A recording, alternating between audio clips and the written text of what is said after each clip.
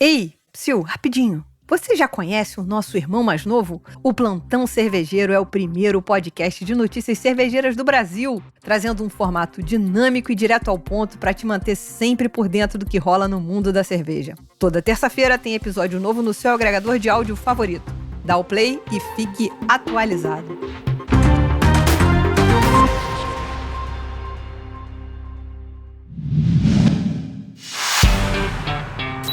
A melhor palavra pra fazer piada é enzima, cara. Porque se tu deixa acumular, fica uma em cima da outra. Se você tiver um equipamento que você confia, funciona. Eu não confio no meu, então... Gelatina igual tempo em pó. Melano igual decocção em grão. Desde que eu prometi aqui, eu nunca mais prometi porra nenhuma. Momento arrombado. É, arrombado. Momento arrombado, cara. Começa agora o programa que dissipa mitos e enfrenta até os temas mais difíceis do mundo da cerveja. Apresentado pelo grão-mestre das piadas ruins, Henrique Boaventura.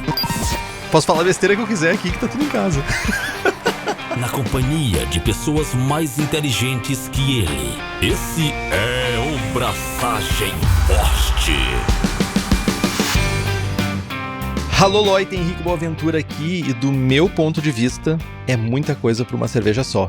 E hoje eu tô com uma pessoa mais do que especial pra gravar junto comigo, porque primeiro, manja muito do estilo, manja muito de Specialty Spice Beer, mesmo sem ele saber previamente disso, e também um amigão meu, Josemar Grosso. Te apresenta aí, meu jovem. Salve, salve, galera. Salve, salve, cervejeiros, cervejeiras, apoiadores. Que honra estar mais uma vez aqui nesses microfones. Fiquei muito lisonjeado com o convite do Henrique. Eu sou um ouvinte do dia. Quando vejo a postagem do Braçagem, já boto na agenda que essa noite eu tenho que escutar antes de dormir. E feliz demais em hoje poder compartilhar com vocês experiências, né? Pra quem ainda não me conhece, sou Josemar Gross, o criador das cervejas da Dude Brewing aqui em Caxias do Sul. É a cervejaria que está localizada dentro do complexo Beco do Dude, né? Que é um complexo onde compõem torrefação de café, cervejaria, clube de assinatura de cafés, cafeteria, bar, restaurante. Então, fico muito feliz de hoje a gente falar sobre um tema que faz parte aqui da realidade da cervejaria. Então, a gente trabalha com lançamentos desse estilo, pelo menos 1 ou 2 por mês. Então, a gente tem... assim, bastante experiência com testes, nem tudo dá certo, né? A gente vai poder compartilhar isso com vocês, né? Aonde pode também dar errado, então a gente vai servir como alertas. Graças a essa oportunidade eu resgatei também muito das minhas anotações como cervejeiro caseiro, que foi aonde eu buscava inspirações. A gente montou uma estrutura bem legal para conduzir o estilo do BJCP com o norte, tá? A gente vai discutir isso com base numa estrutura para que chegue ao final, né, desse nosso bate-papo aqui e a gente esteja preparado para construir receitas, mas com uma lógica, com estrutura. Certo? Vamos lá? Não é só tentativa e erro, então. Não. Os erros a gente não apresenta, né? Mas a gente precisa discuti-los. E sabe quem brilhantemente trouxe aqui, Jô? Temos nossos apoiadores e apoiadoras que eu tenho na minha mais autoestima, que tem vários benefícios em apoiar o Braçagem Forte. Tem sorteios de equipamentos, livros e merchans exclusivos, participação no melhor grupo WhatsApp cervejeiro do país, acesso ao Julgando Forte, que é a nossa iniciativa de treinamento e aperfeiçoamento de avaliação de cervejas, que dessa vez, agora... quando a gente tá gravando, mas possivelmente quando esse programa for pro ar, ainda não vai ter ocorrido, é o kit de lagers da Dude Brewing. Kit com 6 latas, coisa mais linda do mundo, porque lagers é a coisa mais linda do mundo, apesar de estarmos falando aqui de Specialty Spice Beer, pra mim, lagers sempre vai ser a coisa mais linda do mundo. Então você tem acesso a essas coisas aqui. Além disso, pra quem não aproveitou o primeiro Julgando Forte do ano, que foi com a Stannis, a gente julgou um kit da Stannis, com 4 cervejas também premiadíssimas. Então, se você quiser comprar cervejas da Stannis, você ainda tem essa oportunidade com desconto. Você entra no site stannis.com, Stannis com 2N, e usa o cupom BFL12 e ganha 12% de desconto em qualquer produto. Então, se tu quiser ter acesso a tudo isso, faça como Denis Torizani, Edmar Kaufeld, Carlos Rogério de Carvalho Dutra, Lucas Aguiar Simões, André Laielé, Thales de Souza Faria, Rubens Fernando, Thiago Reis, Leandro Almeida, Gabriel Mendes de Souza Martins, Carlos Alberto Poitevin, Wellington de Oliveira Ferreira, Ferreira, Cíntia Rocal, Ricardo Peixoto Gonçalves, Alan George, Felipe Augusto Kintzer, Luiz Henrique de Camargo, Thiago Fernandes Dias e um séquito de outras pessoas mais que nos apoiam pelo Apoia-se. O link é apoia.se/braçagem-forte. O link tá aqui no post.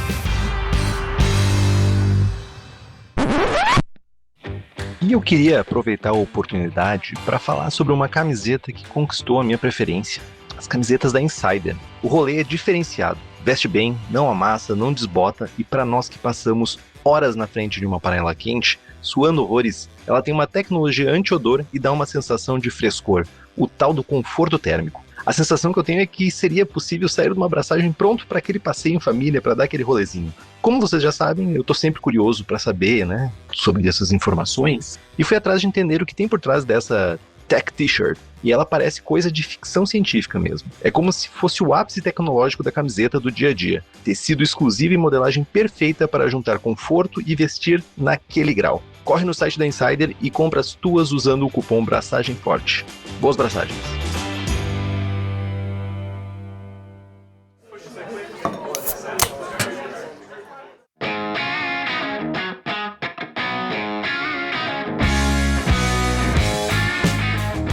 Então, Josi, nos adentramos no paraíso seu, não tão paraíso meu, das Specialty Spice Beers, né? Uma Specialty Spice Beer, segundo o BJCP, é o estilo 30D, e ela é uma cerveja com base, numa 30A Spice, Herb or Vegetable, com ingredientes adicionais, como açúcares fermentáveis, por exemplo, mel, açúcar, mascavo ou açúcar invertido, adoçantes, lactose, por exemplo, adjuntos, cereais alternativos ou outro ingrediente especial, ou ainda um processo adicional aplicado a essa cerveja 30A. Os estilos 30B, Autumn Seasonal Beer e 30C Winter Seasonal Beers já permitem a adição de ingredientes e não devem ser utilizados como base para esse estilo aqui. Como impressão geral do estilo, a gente pode dizer o seguinte: uma atraente combinação entre especiarias, ervas ou vegetais, spice, herbs ou vegetables, açúcares e cerveja, mas ainda assim reconhecível como cerveja. O caráter de spice, herbs, vegetables e açúcar deve estar em equilíbrio com a cerveja e ser evidente, mas não proeminente a ponto de sugerir um produto artificial. No aroma, vai ser o mesmo da Spice, Herb and Vegetable Beer, a base, com a exceção que algum fermentável adicionado, por exemplo, mel ou melaço, eles podem acrescentar componentes de aroma. Qualquer componente adicional de aroma que estiver presente deve estar em equilíbrio com os componentes da fruta e da cerveja e formar uma combinação agradável. Aparência: a mesma da especiaria, erva ou vegetal utilizado. Já no sabor, o mesmo de Spice, Herbs ou Vegetables Beer, com exceção que alguns fermentáveis adicionados, como por exemplo o mel e o melaço, eles podem adicionar um componente de sabor. Qualquer componente adicional de sabor que estiver presente deve estar em equilíbrio com os componentes Spice, Herbs ou Vegetable e da cerveja e formar uma combinação agradável. Açúcar adicionados não devem ter um sabor cru, como o de não fermentado. Alguns açúcares adicionados terão elementos não fermentáveis que podem prover um final mais cheio e doce. Açúcares totalmente fermentáveis podem deixar um final mais seco. Na sensação de boca, a mesma de Spice, Herbs and Vegetables Beer, ainda que, dependendo do tipo de açúcar adicionado, pode ter um corpo aumentado ou diminuído. Nos comentários sobre o estilo, se os fermentáveis ou processos não adicionarem um caráter distinguível, ou seja, diferenciar essa cerveja, tu deve escrever ela como outro estilo Spiced Beer, não o Specialty Spice Beer. Então, tu deve omitir, e importantíssimo é omitir a descrição desses ingredientes extras ou processos extras se eles não fizerem diferença na cerveja. Quando as instruções para escrever esse estilo no BJCP ou num concurso, o participante deve especificar o tipo de especiaria, erva ou vegetais utilizados mas os ingredientes individuais não precisam ser especificados, caso façam parte de uma combinação conhecida de especiarias. Exemplo, torta de maçã com especiarias, curry em pó, pimenta em pó, que são coisas mais gerais ainda que não tanto da nossa cultura aqui. O participante deve especificar o tipo de ingrediente adicional, como na introdução, ou processo especial empregado. O participante deve fornecer uma descrição da cerveja identificando ou o estilo base, ou os ingredientes, especificações e ou caráter desejado para a cerveja. Uma descrição geral da natureza especial da cerveja pode abranger todos os itens necessários. Como estatísticas do estilo, AOG, FG, IBU, a cor e o ABV vão variar de acordo com a cerveja base. Alguns exemplos comerciais são, por exemplo, a New Belgium Honey Orange Triple, que é uma triple com casca de laranja e mel, a Westbrook It's Stick Time, que é uma Smooth Sour com especiarias, abacaxi, maracujá e goiaba. Que é um exagero pra mim, né? Mas também tem o quê? Tem da Dude também. Mas a gente, falaremos em breve.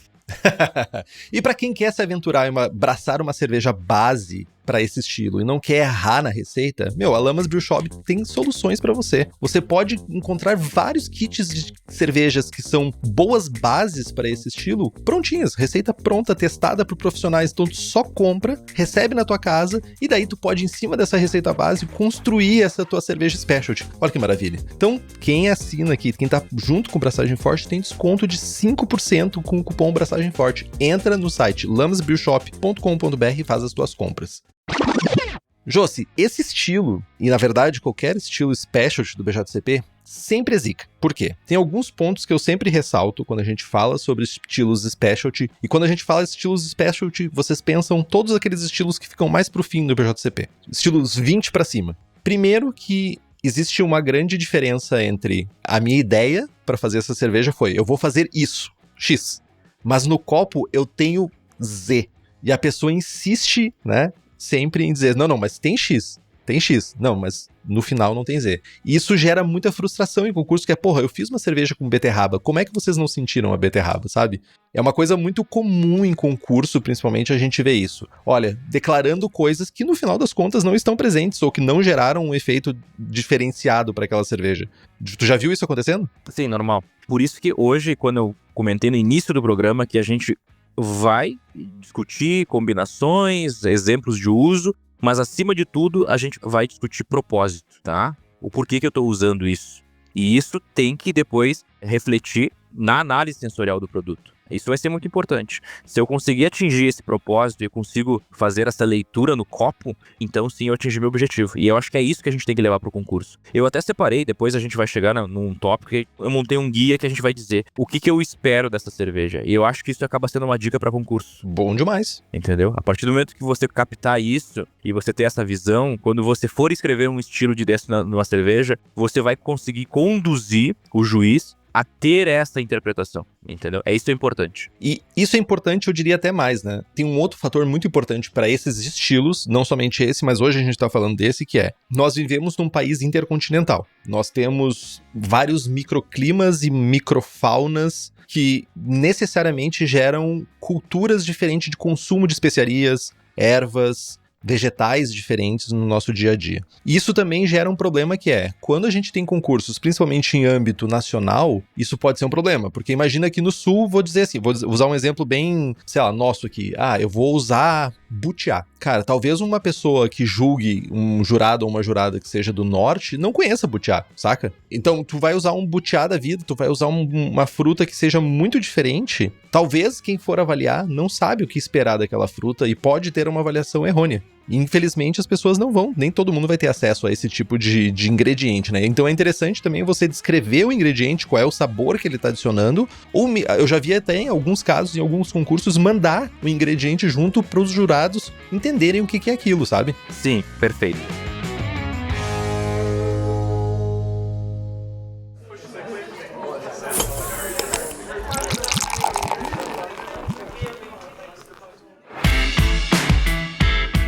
Beleza, vamos então entrar no universo que é como que a gente constrói, onde é que a gente busca inspiração para fazer uma Specialty Spice Beer? Como é que tu encara isso, Josi? Vamos lá então. Para criar receitas criativas, bem equilibradas no estilo Specialty Spice Beer, vale buscar inspirações que vão além da fonte cerveja, tá? Eu consigo trazer alguns exemplos, por exemplo, do ramo da mixologia e coquetéis. Ali a gente tem muita combinação de frutas, ervas, especiarias, açúcares de forma muito engenhosa. São combinações que realmente podem servir como base para nós, para a gente poder construir cerveja. Então, assim, vale muito se inspirar em bitters, infusões, xaropes artesanais, Além de drinks clássicos, né? Vou resgatar um aqui, o próprio mojito, né? Tu tem ali uma inspiração de frescor, de cítrico, de herbal, aonde tu pode pegar uma base de uma cerveja como uma American Blonde, uma Kirsch, por exemplo, e adicionar hortelã, casca de limão Tahiti, até mesmo adicionar um açúcar demerara, entendeu? Trazer uma complexidade de um açúcar e conseguir ter uma cerveja bem refrescante, herbal, um leve cítrico. Além da coquetelaria, tem um outro grupo que eu acho que acaba sendo bem interessante, traz muitas inspirações também aqui para mim, por exemplo, que é na linha de panificação e confeitaria, tá? Querendo ou não, lá tu vai ter conjunto de pães, massas, onde vai sementes, frutas secas, açúcares complexos, como um pão de mel, por exemplo, um panetone, sabe? Indo na linha também de sobremesas, uma fonte rica de combinação aromática e de açúcares especiais, que é onde um bolo de chocolate pode te esperar, por exemplo, fazer uma stout, com canela, cacau, açúcar mascavo. Um outro grupo que eu gosto de estudar muito, e tô sempre de olho, é chás e infusões, sabe? Eu acho que alguns blends de chás acabam misturando especiarias que combinam muito bem, como flores, frutas. Tu pega um chá de hibisco com canela e maçã, por exemplo. Pô, quando vê, tu já consegue trazer isso pra cerveja também. E existem outros, né? Gengibre, limão, combinam normalmente em chás e isso daria muito certo em cerveja. Uma outra coisa que eu acho que sempre tem uma oportunidade de tu resgatar a ideia são estações do ano e festividades, tá? Cara, tem muita coisa. Tu tem o Natal, tu tem festa junina, tu tem Páscoa, tu tem Halloween. Cada um desses tem seus aromas e sabores típicos. Tu pode, por exemplo, pegar uma cerveja inspirada num quentão. Tu pode trabalhar com gengibre, cravo, canela, um açúcar caramelizado. E tu tocou num assunto que eu acho que é a chave da diferenciação do brasileiro em fazer cerveja, que são os sabores que a gente encontra no Brasil e são únicos, né? A gente tem muita coisa como rapadura, cumaru, castanhas, algumas madeiras que podem também trazer complexidade, como amburana, o próprio cacau, guaraná, jabuticaba, ou seja, as fontes podem ir muito além da cerveja, Henrique. Não, e é uma coisa bem interessante, tu trouxe essas festividades, né? Quando a gente olha pro BJCP, festividades são festividades norte-americanas, né? São festividades do norte que não necessariamente são consumos que a gente tem na nossa realidade. Quando a gente fala, por exemplo, Winter Seasonal Beer, por exemplo, são outros estilos que compartilham essa categoria. Ou Autumn Seasonal Beer, tipo, as bebidas e as comidas de outono e de inverno norte-americanas não são as mesmas que as nossas aqui. Por apropriação cultural, a gente acaba tendo isso. Mas, como tu mesmo falou, bebida de outono não vai ser o eggnog, por exemplo. Ou o inverno, né, que é eggnog. Vai ser o quentão. Exatamente. Vai ser uma gemada com vinho. Vai ser uma parada diferente do que vai ser lá no norte. E eu acho importantíssimo, inclusive, pontuar que não necessariamente sendo o BJCP uma instituição norte-americana, que a gente tem a obrigação de fazer cervejas com a inspiração da cultura norte-americana. Isso é importante. Por isso que eu fiz questão de realmente trazer esses exemplos que estão no nosso dia a dia, né? Por que isso? Porque a gente tendo acesso a esses ingredientes e aí logo mais entendendo o papel de cada um na cerveja, a gente depois vamos conseguir entrar num detalhe um pouco mais científico, né? De cada ingrediente, a gente vai entender o porquê que ele pode combinar ou como ele pode não combinar. E tu ter acesso ao ingrediente, tu consegue fazer muito mais testes, né? Total.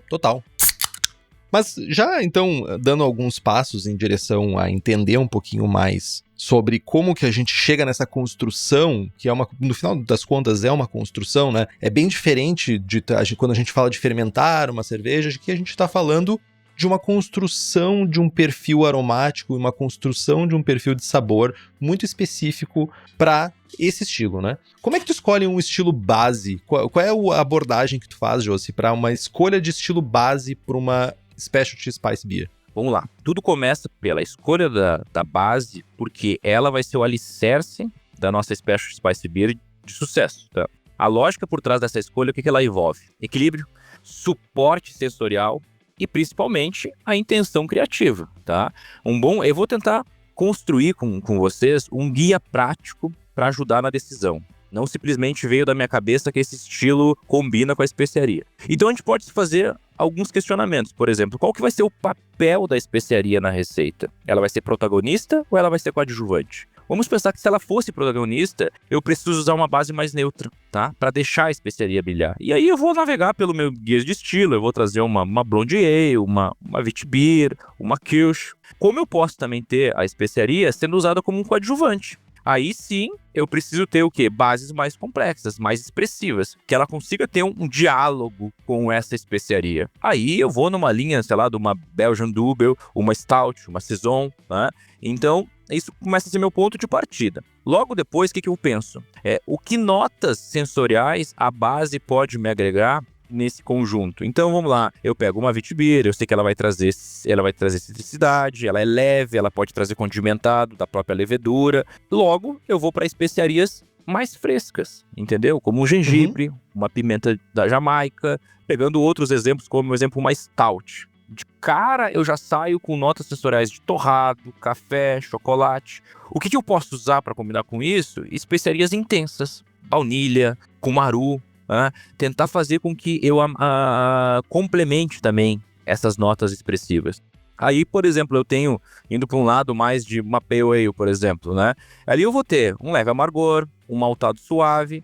Aí já me abre, por exemplo, a oportunidade de trabalhar com ervas mais frescas, tipo o hortelã, o manjericão, sabe? Então essa combinação, essa construção de camadas sensoriais, elas precisam estar alinhadas. Um outro ponto que a gente pode fazer para conseguir combinar essas camadas sensoriais é o entender se essas combinações vão ser por afinidade ou por contraste. Quando eu falo em afinidade, eu falo em harmonia.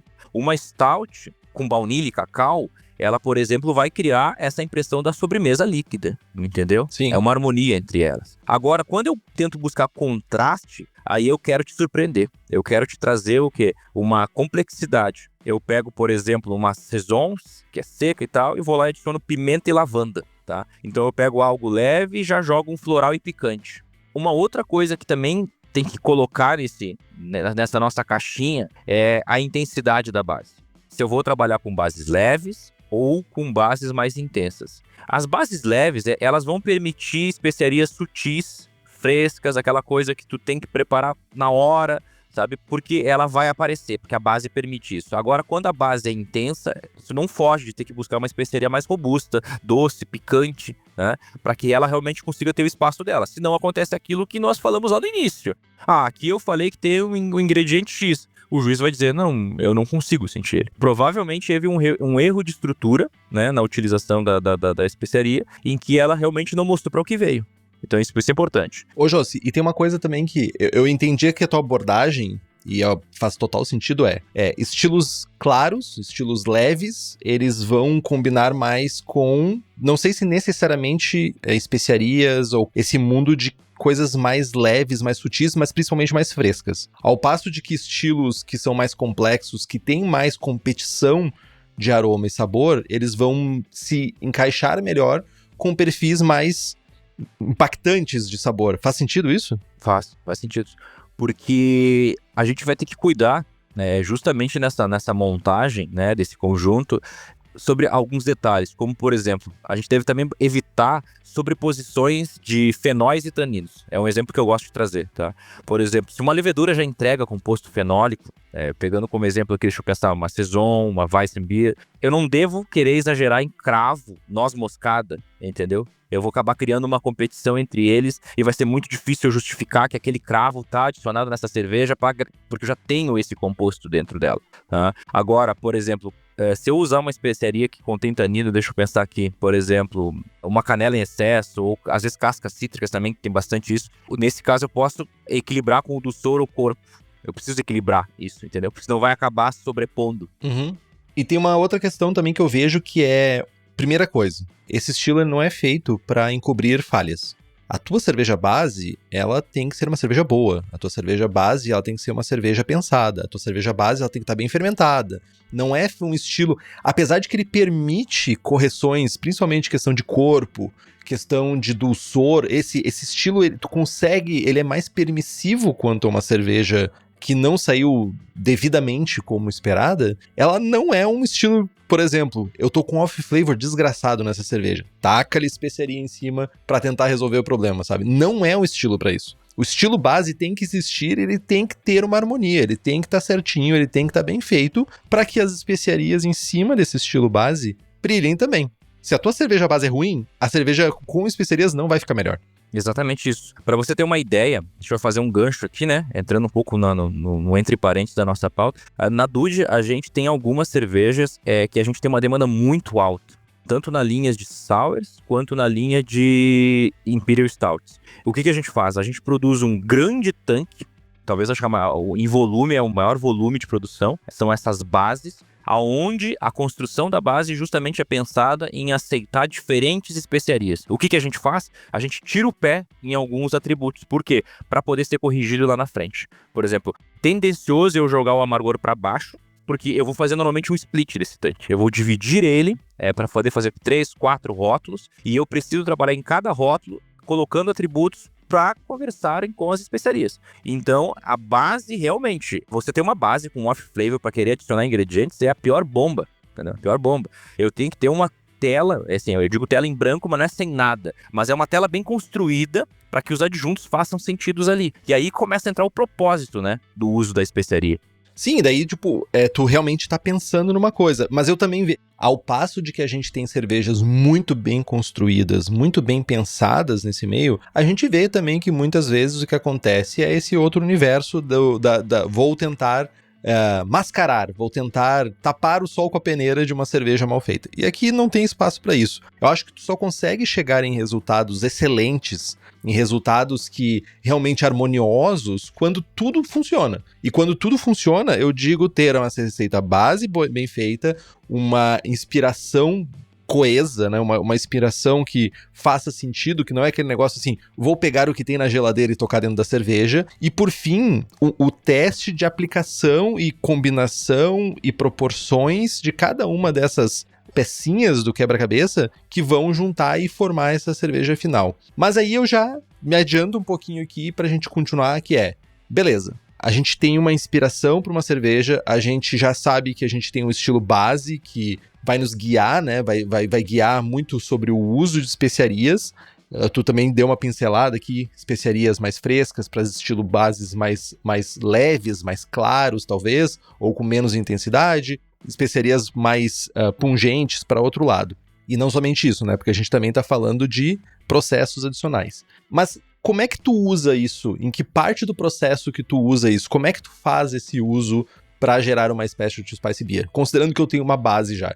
Considerando que eu tenho uma base, se tu me permite, antes de chegar na forma de usar ela, eu gostaria que ficasse muito claro o propósito. Porque o propósito vai longe disso, de querer corrigir um erro da base. Tá? Eu acho que é preciso a gente fundamentar o propósito do uso dela. Por quê? Porque isso posteriormente vai nos definir o como usar. Eu vou te dar um exemplo. O que vai transformar uma cerveja condimentada em uma cerveja com identidade é justamente a forma como a gente vai guiar. Então, assim, a gente tem que se perguntar qual a mensagem que eu quero transmitir com o uso dessa especiaria. E ela pode ter diversos cunhos, entendeu? Ela pode ter como um cunho cultural, como a gente mesmo falou. Cara, eu quero usar o Kumaru aqui para expressar toda a minha identidade brasileira num concurso internacional. Eu posso ter isso como uso com objetivo sensorial. Eu vou descrever que eu utilizei isso porque eu quis trazer um calor, eu quis trazer um frescor para a cerveja, eu quis trazer um aquecimento, quis trazer pungência, quis trazer complexidade. Como também posso descrever que eu usei isso para ela ter um cunho funcional. Ou seja, usei essa especiaria como suporte de drinkability. Quis deixar ela mais seca, ou quis reforçar ou camuflar um teor alcoólico, deixando mais suave, entendeu? Eu acho que o propósito dela também vai te guiar para saber aonde usar essa especiaria. E aí, a gente, por exemplo, pode usar ela para definir o propósito dela, se ela vai destacar algo ou vai complementar. Por isso que eu digo, né? Tu tendo isso bem claro, te facilita na hora de apresentar essa cerveja também. E é importante sempre se perguntar, ela vai interagir com qual elemento da base? Com malte, né? Sei lá, com as notas doces, com as notas tostadas? Ela vai convergir com o amargor, com a carbonatação? A gente não se pergunta isso, mas muitas vezes tem que pensar até como que tu vai lidar com a carbonatação em função do que você adicionou. E aí, com tudo isso, antes de nós entrar em como usar, eu vou tentar montar uma frase aqui, que ela vai servir como um guia, para saber como eu vou pegar essa minha ideia e vou levar para as panelas. Boa. Então vamos lá, peguei aqui, ó. Eu quero que essa cerveja traga uma sensação de sobremesa natalina, aonde a canela e a noz moscadas vão me trazer um calor, né, alcoólico, a partir de uma base de uma Imperial Brown Ale com adição de rapadura. O que tu espera dessa cerveja, Henrique? Eu espero uma cerveja que tenha um corpo grande, esperando para receber isso, um corpo mais elevado. Eu espero que ela tenha um pouco de dulçor, mas não em excesso. Mas como é uma sobremesa, eu espero que tenha dulçor, minimamente. Eu espero que eu tenha essas características, essas especiarias presentes, né? Eu quero que elas apareçam para mim. Eu preciso que elas estejam aparecendo. Eu tô esperando uma sobremesa como se fosse uma questão mais de encher a boca, assim, sabe? Pensando nisso. Pra encher, realmente.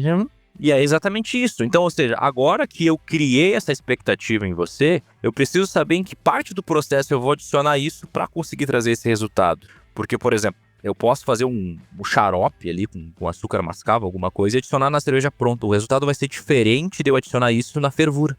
Porque da fervura eu vou levar isso para uma fermentação, vou fermentar ela e vou ter um resultado diferente. Então, assim, eu tentei criar um guia prático para a gente entender como que cada especiaria funciona em cada etapa do processo. Vamos lá? Então, assim, ó, o que acontece? Quando se pensa em mostura, não vamos ignorar, não dá para usar, nunca vi ninguém usar, mas vamos tentar construir um modelo mental para a gente entender o que acontece. E tem como fazer, tá? Eu já vi gente, por exemplo, mosturando primeiro, botando amendoim na água da mostura, saca fora o amendoim e usa essa água para misturar. Já vi gringo fazer cold brew de café com a água que no dia seguinte usou para misturar. Entende? Então, assim, não dá pra ignorar. É mesmo, cold brew de café pra fazer a mostura. Pra fazer a água da mostura. Interessante. Dependendo da concentração que tu faz, cara, querendo ou não, tu já sai dali com uma densidade inicial já, tá? Por exemplo, num muito concentrado, eu saio daqui com 5, 7 platos de densidade. Dá pra nós converter isso pra específica, mas tu já parte, entendeu? Com líquido já com açúcares. Mas é isso que eu quero dizer. Vamos tentar montar esse modelo mental pra gente entender o impacto que tem pra... Ao final disso, a gente entender como a nossa cabeça abre para explorar melhores também os ingredientes. Na mostura, então, a gente consegue uma extração mais suave. Esse ingrediente ele vai se integrar ao malte. A particularidade que eu trago é o seguinte. Isso aí é ideal para especiaria robusta, amadeirada, que solta taninos. Usei o exemplo ali, tipo, até canela em pau, por exemplo. Tu poderia temperar a tua água de mostura com canela em pau. Ela vai levar isso adiante. Ela vai proporcionar uma extração de compostos menos voláteis. E o perfil sensorial vai ser mais sutil, mas vai ficar mais arredondado.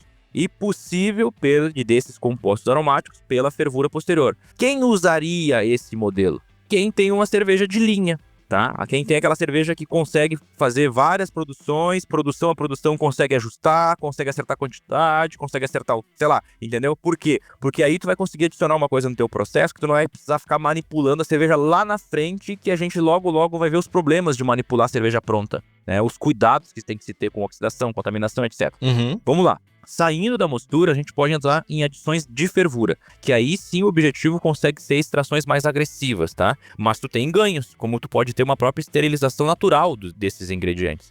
As particularidades que eu trago disso é o quê? É bom para especiaria intensa, que precisam ser domada. Vou dar um exemplo. Gengibre, pimenta, esses caras precisam de alguém mais forte que eles. E, tu tem que submeter eles a uma fervura para conseguir domar eles, mas consequentemente tu vai perder voláteis, tá? Essas especiarias delicadas não devem ser fervidas por muito tempo. Mas quando tu diz que domar elas, tu tá falando também de que essas características, às vezes, elas são pungentes, mas a característica que realmente tu quer dela é uma característica que a fervura ameniza e deixa ela mais evidência, é isso? Isso, e consegue trazer ela pra base com sabor mais intenso, como sabor. Porque voláteis, aromas, você vai perder. Entendi. Tu tem também a grande vantagem de levar pra fervura é a estabilidade microbiológica, né? Seria o melhor momento para casos bem críticos. Aí começa a vir os contras, né? Que aí tu começa a ter um risco de extração de amargor, a astringência. Então usar canela, cravo, até mesmo algumas cascas cítricas tem que ser usado com muito cuidado. A dica que agora vem, que eu dou,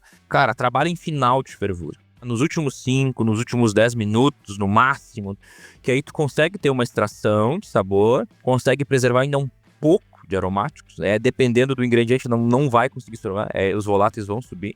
Só que, muito próximo da fervura, a gente tem uma outra parte do processo que acaba sendo bem interessante, que é o IRPO, o flame out, tá? podendo trabalhar até em diferentes temperaturas. Muito parecido com o hop steep, ele hop stand. A gente poderia até baixar um pouco a temperatura desse Whirlpool para conseguir fazer uma extração mais de aromáticos, sem uma fervura direta. Isso aí é bom para especiarias tipo, que são mais delicadas, tipo uma lavanda, né, um capim-limão. Tu vai conseguir ter mais retenção de aroma. E ainda vai ter um calor que ajuda na extração, para conseguir trazer um pouco de sabor, mas muito menos degradação dos compostos aromáticos. E acaba sendo uma boa forma também de tu conseguir esterilizar, porque se tu tiver com uma temperatura alta ali de 80, acima de 80 já ajuda também. E eu entendo que como é uma parte do processo mais pro fim, então eu entendo também que, como tu falou, né? Eu tenho, depois do Whirlpool, eu tenho menos processos estressantes que vão, de certa forma, transformar esse aromático ou esse sabor. Ou seja, eu preservo mais por menos processos que eu vou ter depois, né? Exatamente. E aí, como cervejeiro caseiro, tu tem ainda a vantagem de, posterior a esse tempo de fusão, tu entrar com o chiller e resfriar isso rapidamente. Sim. Entendeu? Então, tu faz essa extração e refrigera isso instantaneamente. Digo instantaneamente não, mas muito rápido, né? Pra conseguir preservar melhor esses aromáticos. Ah, tu consegue baixar 20, 30 graus em questão de minutos, né? Exatamente. Minutos mesmo. Tipo, o meu chiller duplo, por exemplo, eu baixo de 100 graus pra 70 graus em 2 minutos, talvez. Então, por isso que eu digo que tanto no Flame Out quanto nesse Whirlpool com temperatura controlada, ele passa a ser bem interessante. Então, eu diria o seguinte, a fase quente a gente já explorou. Tá? Entendemos mais ou menos o que pode acontecer em cada parte. Mas ainda existem muitas possibilidades. Vamos tentar dividir aqui o nosso... Quando isso for pro tanque, a gente pode dividir em 2 etapas. Primeiro, na fermentação primária, que eu acho que ali, cara, tem um estudo até aprofundado. Eu ainda quero entrar mais a fundo disso, mas é interação com a levedura, para trazer complexidade, sabe? Fazer com esses compostos que eles consigam ter, por exemplo, uma biotransformação com compostos, por exemplo, entendeu? De dentro, entre levedura e entre especiaria. Eu acho que isso ainda é hoje uma coisa que pouca gente mexe nisso, mas tem, assim, uma oportunidade muito legal para criar produtos muito singulares. O que acontece? Ô Josi, isso é uma coisa interessante porque a biotransformação, que talvez não fique nítido para todo mundo, ou pelo menos as pessoas talvez não queiram se aprofundar tanto, é que a biotransformação não é necessariamente por causa do lúpulo e da levedura. Na verdade, são os compostos presentes no lúpulo que são biotransformados, que tem um processo, né, de enzimas e toda uma miríade de coisas que está acontecendo com a levedura ao consumir aqueles produtos que estão ali presentes. Só que não necessariamente eles têm que vir do lúpulo, eles podem vir de outros produtos. Mas falando em lúpulo, eu não posso deixar de falar sobre a Hops Company, que tem toda essa sorte, toda essa variedade de lúpulos que são colhidos, que são selecionados, que são especialmente trazidos pela Hops Company das fazendas nos Estados Unidos e, quiçá, logo da Europa, diretamente lá do produtor para as cervejarias aqui. Então, se você quiser usar esses lúpulos maravilhosos, entre em contato com a Hops Company pelo site hopscompany.com, ou chama a pessoa que já te atende, ou ainda manda lá uma direct dizendo que você quer ser atendido e tem acesso a isso. Vamos tomar um pouco de cuidado. O que acontece? A gente tem essas particularidades de conseguir obter até biotransformações, né, nessa interação que vai ter entre os compostos da especiaria junto com levedura, só que a gente vai ter o risco de volatilizar esses aromas mais leves, né? A gente tá ali com uma fermentação gerando CO2 tá escapando e tá levando algo com ele, tá? E nesse processo, eu atento a todos a cuidar muito com a sanitização, tá? Qualquer ingrediente adicionado nessa etapa, ele precisa ter uma sanitização bem rigorosa. Nós estamos ali num ambiente de disputa, quem chegar primeiro leva. Então, se vai usar, talvez faz uma infusão alcoólica, sabe? Faz uma infusãozinha alcoólica, puder deixar às vezes de um dia pro outro, de alguma forma que tu consiga levar isso com segurança, tá? Aí, ainda dentro do tanque, tem uma outra parte que funciona, que seria na parte de maturação. Nós trabalhamos eles como se fosse um dry spice. Vamos lá, o que a gente consegue ter? A gente consegue ter um controle maior agora, né? Porque a gente já tá com a fermentação finalizada, então a gente consegue ter até uma certa consistência entre lotes melhor, porque a cerveja já tá finalizada, né? Isso é legal principalmente para testes pequenos, sabe? Quando eu tô fazendo ajustes finais, eu fazer com esses dry spice já em fase final, sabe? Usar a técnica bem similar do dry hopping, sabe? Contrato a frio por alguns dias, mas não deixando também de cuidar da sanitização, tá? É bem importante isso, ainda tá num momento delicado ali, porque pode ter ainda açúcares residuais, então é importante cuidar disso. Agora vem uma das partes que eu, por exemplo, entendo hoje como o teu primeiro grande passo para ótimos resultados, que é o pré-invase. Nós usar isso como um blend, como extratos. Você também poder elaborar seus próprios extratos ou buscar isso de fontes confiáveis, né, com procedência, que basicamente te permite ajustes finais milimétricos. Isso é bom demais, sabe? É aquela coisa de sentir que ficou um pouquinho menos, tu vai lá e bota um pouquinho mais. Se tu achar que exagerou, talvez tu precisa revisar um pouco a tua estratégia de testes, entendeu? Tira um pouco do fermentador, faz esse teste em bancada, define qual é a quantidade que tu entende como ideal e ainda sugiro usar uma menor que ela, para depois você, se realmente ela ficar naquela camada que você achou, ficou um pouco a menos, perfeito. Aí eu entro com o adicional e consigo chegar no ponto ideal, tá? Diminui bastante o risco de contaminação, porque como você fez esse extrato alcoólico, ele vai ajudar bastante também a sanitizar isso. E ele evita bastante questão de oxidação, né? Se feito com cuidado. Então, essa adição do extrato num blend, ou tu já pode fazer direto no post-mix, ele vai ajudar bastante com isso. E eu fiquei me perguntando aqui também uma coisa que é, quando tu falou do pré-invase, né? Vamos dizer que tu tenha... Eu não vou usar xaropes, porque xaropes as pessoas vão pensar necessariamente em açúcares, né? Mas tu vai ter essas soluções, que tu vai ter várias delas. Tu tem esse teste de mesa que tu vai fazendo ali 10%, 5%, 1%, gotas, ml para 100 ml. Eu imagino que seja esse teste mais ou menos que tu faz, né? Deve ser com 100 ml e a partir disso tu constrói, tu escala, né? Isso aí. A gente, conhecendo as especiarias ou tendo a referência dela por indicações bibliográficas ou comum, a gente tem o nosso alvo. Desse alvo, normalmente eu jogo um para baixo e um para cima. No mínimo, né? Então, no mínimo 3. No mínimo 3. O que eu entendo como ideal, um sub e um super devido. E falando de testes sensoriais, é muito importante fazer esse teste de bancada antes de tu colocar o teu volume total a jogo. Porque ter que fazer correções depois, pode ser que tu não tenha mais alternativas. Ao exemplo, se tu fez uma overdose da especiaria e tu não tem mais base, tu não consegue diluir. Agora, eu fiz 100 litros e vou usar 20 aqui para fazer uma especiaria, passei a mão aqui no alecrim. Vou dar um exemplo. Mas eu tenho mais base. Eu diluo, entendeu? Eu vou entrar com mais base, vou diluir a intensidade desse alecrim e tudo certo, corrigido. Agora, se você não tem, aí tira amostras do fermentador, faz de bancadas e, acima de tudo, não faça sozinho. Interessante. O nosso nariz, ele satura muito rápido, principalmente se é você que está manipulando. Se é você que está montando os testes, manipulando a montagem da amostra, não se engana. Convide alguém para participar, para tirar uma opinião espontânea. Tá? Esse feedback vai ajudar demais. Ou também, peça para alguém preparar isso, para que quando você for fazer a análise, seja o seu primeiro contato com a amostra. Não vai lá, prepara, manipula e vai querer fazer análise sensorial. Vai te enganar. No dia seguinte, se você guardar essas amostras, você vai ter uma outra percepção. O ambiente é fundamental. Gente, eu não canso de fazer aqui testes em garrafinhas de água de 500 ml.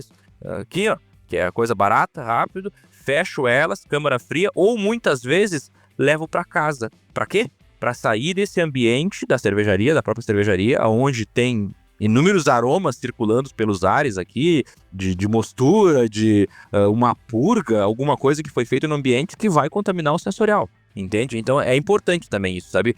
Ter paciência. Sei que assim, a gente sempre, quando a gente tá lidando com esses estilos, a gente fica muito eufóricos, né? Quero ver logo o resultado, quero saber. E aí, muitas vezes, a gente não escolhe o momento certo pra fazer isso. E aí, às vezes, acaba tendo as overdoses, entendeu? Que é aquilo que torna enjoativo, que torna uma cerveja que cansa muito rápido, sabe? Então, são alguns cuidados que eu sugiro fazer quando for fazer esses testes de blend, né? Que for fazer na adição na cerveja pronta. Inclusive, José, eu imagino que, no caso de vocês, pra manipular esses ingredientes e depois não ter essa... Eu vou chamar de contaminação, né, ou esse falso positivo sobre intensidade ou sobre aromas, você deve usar luvas também, né, porque dependendo do ingrediente ele pode ficar impregnado na tua mão e quando tu for fazer a prova, né, for degustar essa cerveja depois, isso pode impactar, né? Tá, você tocou um assunto, mas eu te digo, Henrique, com luva, sem luva, com o que tu botar, se tu mergulhar tua mão num álcool 70, cara, como um ajuste realmente fino, tu precisa dar um tempo. alguns extratos alcoólicos que você faz, ele precisa inclusive de um tempo de maturação. Ele vai mudar. E aí tu pode te aprofundar, pode criar o teu próprio banco de dados, que, por exemplo, em um dia eu vou ter um resultado legal. Eu vou usar como exemplo terpenos, tá? Pra gente ver que pessoas usam terpenos, né? Alguns precisam de um tempo, cara. Tu adiciona ele, tu vai precisar, sei lá, tu vai ler ali, às vezes na especificação alguns trazem isso, outros não trazem. Mas pede até uma semana. Ele precisa estabilizar junto aquele combinado, entendeu? Às vezes a percepção é leve, mas ela ocorre. Tá? Esse tempo de maturação entre a adição do extrato alcoólico ali com a cerveja, ela precisa de um tempo para maturar. E eu tenho alguns cuidados também na produção, que ela entra justamente junto com essa adição. Então o que acontece? A gente falou onde usar, falamos sobre estratégias de como usar, mas, cara, tu pode acabar com todas essas técnicas, com todo esse cuidado que tu teve na seleção das especiarias, com duas coisas que, cara, são os nossos maiores inimigos, tá? Que é oxidação e contaminação. Então, assim, algumas especiarias, elas podem introduzir compostos oxidáveis na cerveja, que às vezes a gente não faz nem ideia, tá? Mas ela vai contribuir muito na instabilidade, né? Esqueci sensorial, oxidação precoce e alteração de sabor ou cor da própria cerveja. Eu vou citar, acho que é importante isso, porque às vezes a gente pensa isso e acha que é um negócio genérico, mas não é. Eu vou te dar um exemplo quando se usa, por exemplo, canela, principalmente em casca, tá? Ela é rica em aldeído, e esses óleos, eles podem oxidar muito facilmente. E logo ela pode escurecer a cerveja e gerar sabor de papelão com o tempo. Então uma coisa é usar uma Imperial Stout. Usa qualquer... não apareceu. Mas eu quero tentar fazer uma releitura numa cerveja mais clara, eu posso ter um sério problema. Cravo. Cravo também, ele contém eugenol, que é um composto fenólico, é altamente oxidável. Então, quando eu vou manipular ele, eu tenho que ter muito cuidado com isso. E tem outros, tá? A noz moscada também, ela possui compostos como o miristicina, que também pode se degradar com oxigênio, então ele é muito sensível à luz. Então, se tu pensa em manipular esse tipo de ingrediente, ele tem que ser muito fresco, ou seja, tu tem que fazer e logo já usar. Ele não pode estar muito tempo exposto, tá? Assim como acontece também com os óleos das cascas, né? De frutas, né? Então, eles são altamente voláteis também, totalmente suscetíveis à oxidação. E pode trazer turbidez para a cerveja e perder esse frescor rapidamente. Então, como que eu trago formas de evitar esses problemas? Primeiro, a adição na forma de extratos alcoólicos previne isso, tá? Porque você manipulou o ingrediente, jogou ele para o meio alcoólico, fez tudo isso muito rápido. E aí, quando você for adicionar na cerveja, você vai diminuir esse risco. Utilizar muito CO2 para purgar os recipientes que vão receber isso antes das especiarias. Se vai fazer esse blend num post-mix, mesma coisa. Purgar muito bem isso. Se tu vai fazendo invase de garrafas, mesma coisa, sabe? Tu vai fazer uma adição ali com uma seringa, por exemplo, né? Na garrafinha antes do invase. Cara, tem que ter bastante... Faz um pouco a mais do que tu costuma fazer. Porque além da cerveja, que tu já tem que ter cuidado com a oxidação, tu tá trazendo outros compostos que não estavam ali antes. Então, assim, é uma coisa que é fundamental, tá? Os nossos maiores inimigos vão ser o oxigênio e os contaminantes. Ô, Jô, eu tenho uma pergunta. Olha só. Tem uma coisa que é muito porque eu já fiz isso e eu fiquei com essa impressão e eu queria saber a tua visão sobre isso. Por exemplo, sobre extratos alcoólicos com, por exemplo, cascas de frutas. Há um tempo atrás eu fiz uma extração com vodka e casca de limão siciliano. Eu fiquei com a impressão de que depois de uma semana de extração, eu tinha um aroma e um sabor mais fresco dessa casca, e conforme foi passando o tempo da extração, eu já tô com ele há uns mais de 6 meses, talvez, próximo de 1 ano, talvez. Ele já fica com aquele caráter mais... Ele ficou até mais adocicado, ele ficou com um caráter mais de oxidação de álcool, sabe? Total, no preparo. Então, isso também é uma coisa... faz parte do processo, né? Não, faz parte do cuidado na preparação dele, entendeu? Uhum. Porque justamente o que eu falei, é muito suscetível, né? Tu pega assim o limonemo, o citranal, que eles são altamente suscetíveis à oxidação. E aí tu vai manipular ele, às vezes tu cortou, ficou ali parado, sabe? Então, claro, eu sugiro, né? Uma coisa é a gente pensar como eu vou fazer isso em casa, mas como eu vou fazer isso talvez em escalas. Normalmente a gente é uma cervejaria, ou a gente é um cervejeiro caseiro. Mas existem produtores que são altamente qualificados em fazer isso. entendeu? E que tem equipamentos, processos pensados para isso. Então, se você vai em alguns, você encontra laboratórios, por exemplo, que trabalham com óleos essenciais, que são exatamente os óleos extraídos da casca, lá do limão Tahiti, do limão bergamota, da laranja da Bahia. Esses caras trabalham com processos e equipamentos pensando justamente nessa preservação, entendeu? Então, o que você vai receber... São mais estáveis também, né? Esses extratos, né? Com certeza, muito. Tanto pro extrato quanto pra tua cerveja. Porque quando tu tá adicionando esse composto oxidado na cerveja, tu vai influenciar o sabor dela também, entendeu? Então é legal a gente às vezes pensar nisso, sabe? Mas, claro, buscar sempre algo com procedência, né? Tipo, eu vou lá comprar N favas de baunilha, por exemplo, ou fazer meu extrato alcoólico, legal, porque eu gosto de fazer do meu jeito. Mas se você buscar por produtores, por exemplo, fábricas que fazem isso em escala, e tu vai ter lá um extrato natural, né? Extrato natural. Ou seja, eles industrializar isso de uma forma para ter um resultado consistente. E não é aquela coisa artificial também, que parece uma coisa química no final das contas, né? Tu vai encontrar de tudo, Henrique. Tu vai encontrar de tudo. Por isso tem que saber de quem tu compra, né? Procedência. Total procedência. É isso no final das contas. E que a procedência não é só da compra do extrato, mas até às vezes da tua fruta, entendeu? O momento que você vai pegar ela, entendeu? O frescor disso. Quando eu vou lá colher a especiaria para produzir o meu extrato alcoólico agora. Tudo isso é procedência, né? Então acho que é isso. O complemento. Vegetais, tudo isso, né? Tipo, tu vai ter aquele... Eu sempre falo do mamão, né? Tu pode... Eu sei que não é o estilo que a gente tá falando aqui, a gente tá falando sobre Specialty Spice Beer, mas o mamão pra mim é um grande exemplo. O mamão papaya, ele tem um sabor totalmente diferente do Formosa pra mim, sabe? Tipo, e são... Numa cerveja, tu pode ter uma cerveja com um caráter que é mais conhecido pras pessoas e um caráter muito mais suave que talvez não vá nem adicionar o que tu tá realmente querendo. Não necessariamente tu vai fazer uma cerveja com mamão. Por sinal, eu nunca vi uma cerveja com mamão. Olha que coisa mais doida. Nunca vi uma cerveja com mamão. Cara, o tal do mamão, eu não sei se sou eu. Uma vez eu tomei uma cerveja com mamão e me lembrava vômito, cara. Então eu acho que ele fica muito próximo de um off flavor. E eu não sei ainda, quer dizer, como foi uma experiência muito rápida, né? Não deu pra adentrar na discussão do caso, pra ver se isso de repente é alguma forma da manipulação que gerou, talvez, algum composto que lembrasse o off flavor, mas eu nunca tive apreço por isso, não. Então deve ter uma boa razão pra ninguém usar. Mas enfim, quando tu falou em cuidados da produção, eu me lembrei automaticamente da Levtech. Porque além de ter leveduras, ale, brett, bactérias, ela também tem muitos processos e muitas coisas para sua cervejaria, que vai desde a consultoria até realmente banco de leveduras e processos específicos, né? E ela também tem leveduras para outras bebidas como hidromel, cidra, whisky e cachaça. Então entra no site levtech.com.br e faz as tuas compras. Josi, beleza, olha só. A gente foi lá de conceito, a gente passou para base, a gente passou para como escolher especiarias, a gente passou como adicionar, qual o melhor momento, qual o pior momento, o que cada... talvez não seja a palavra correta melhor e pior, mas sim o que tu vai extrair de cada uma dessas adições em momentos diferentes. A gente falou de testes sensoriais, cuidados de produção, mas tem uma coisa aqui também que tu falou do invase, né, de adicionar no invase. Mas esse talvez seja o processo, principalmente quando a gente fala de blend, de adição de extrato e tudo isso, seja o momento mais crucial dessa cerveja, né?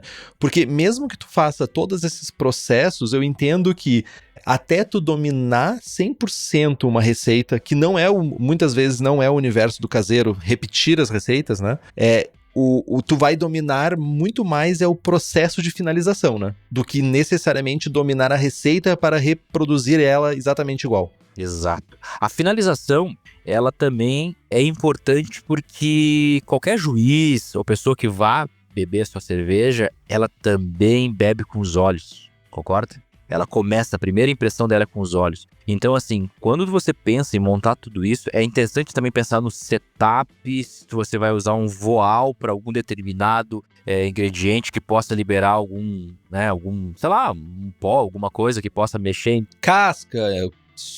É exatamente isso. Então, assim... Sólidos. Cuida muito desse setup, sabe? O que você vai usar? Ou as adições vão precisar de diferentes etapas. Primeiro eu vou adicionar esse, então eu vou usar um voal, depois vou transferir para um outro post-mix, que vai estar esperando com hops, os hop spiders, aqueles de inox também, que é muito legal. Tipo, eu acho perfeito aquele modelinho que vem da China, sabe? Super barato. Esses dias tinha por R$17 no AliExpress. Porra, cara, é muito legal. Aquilo assim, ó, Se eu pudesse dar uma dica, post-mix e aquilo é o melhor setup para lidar com especiarias, tá? Em qualquer especiaria, porque nunca vai entupir o teu tubo de líquido. Funciona lindamente aquilo, tá? E uma outra alternativa que existe ainda para nós finalizar ela é cogitar, sim, a hipótese de usar algum tipo de clarificante, sabe? Aí, né, Enes, né? Até a própria gelatina, como caseiro, né, usa. Cara, ele traz uma aparência que vai agregar também na cerveja final. Então, acho que a finalização dela, que eu trago, é essa parte também de com os olhos. É importante, sabe? Eu acho que é ali que tu vai alimentar as tuas expectativas antes de chegar no aroma e no sabor. Que, óbvio, pode destruir tudo, mas começa pelos olhos, tá? Então, uma boa, eu digo assim, que essa questão de finalização vai muito também de tu tomar um cuidado. Tudo bem, eu vou adicionar paçoca no negócio, mas não adianta eu te servir um copo parecendo um vômito, entendeu? Então, como é que eu vou fazer para limpar essa paçoca? Uma lama. Tô consumindo levedura aqui pura. Não, né? Exatamente, como é que tu vai cuidar desse setup nessa etapa pra na hora de finalizar o invase, isso não ir pro copo de quem vai beber a cerveja. Total. E eu fiquei me perguntando também, mais uma dúvida que eu tenho aqui, é sobre priming, né? O priming pode ser um aliado, né, para oxidação, mas também pode ser um inimigo, né? Para essas especiarias ou para esse equilíbrio, né, que tu fez pré-garrafa, né? Ele pode ajudar, sim, com certeza, a minimizar o risco de oxidação, porque ele vai precisar consumir esse possível oxigênio, né, que tu incorporou. Particularmente, eu não usaria desse recurso, porque acreditando que pode ter uma variação sensorial daquilo que tu já construiu antes da garrafa. Então tu recomenda que faça carbonatação forçada para esses... Carbonatação forçada. Porque você vem ali calibrando, acertando o sensorial e tomou a decisão de envasar. Quando você tomou essa decisão, você já entendeu que ela está finalizada. Eu não submeteria a ela uma fermentação terciária, por exemplo, né, na garrafa. Né? Eu evitaria isso para não ter uma modificação de algo que você já construiu, né? Entendi.